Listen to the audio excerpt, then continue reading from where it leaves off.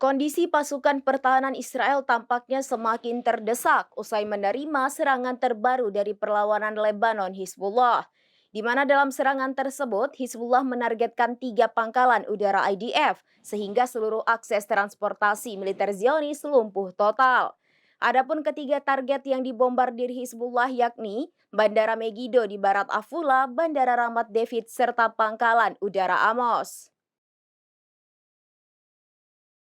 Pasukan Hizbullah dari Lebanon kembali meluncurkan serangan ganas ke posisi Israel.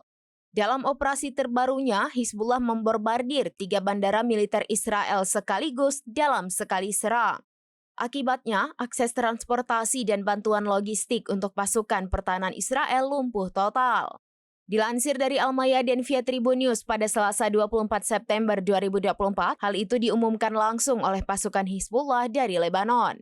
Dalam laporannya dijelaskan bahwa pihaknya telah menyerang 3 bandara militer Israel dalam waktu bersamaan. Di antaranya Bandara Megiddo di barat Afula, Bandara Ramat David, serta pangkalan udara Amos. Untuk meruntuhkan Bandara Megiddo, Hizbullah mengaku menembakkan roket Fadi 1 dan Fadi 2 sebanyak 3 kali. Sedangkan untuk menyerang Bandara Ramat David, Hizbullah menggunakan rudal Fadi 2. Sementara pangkalan Amos yang menjadi akses pusat dukungan logistik dan transportasi utama IDF di wilayah utara diserang dengan roket Fadi 1. Hizbullah mengklaim ketiga serangan tersebut tepat mengenai sasaran. Akibatnya akses utama transportasi udara hingga akses logistik untuk militer Israel lumpuh. Hizbullah pun menegaskan bahwa rentetan serangannya itu sebagai bentuk dukungannya terhadap warga Palestina.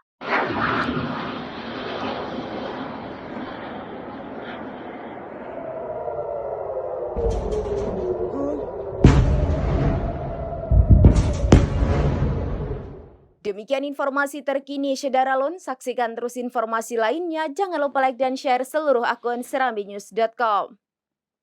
Download Tribun X sekarang, menghadirkan lokal menjadi Indonesia.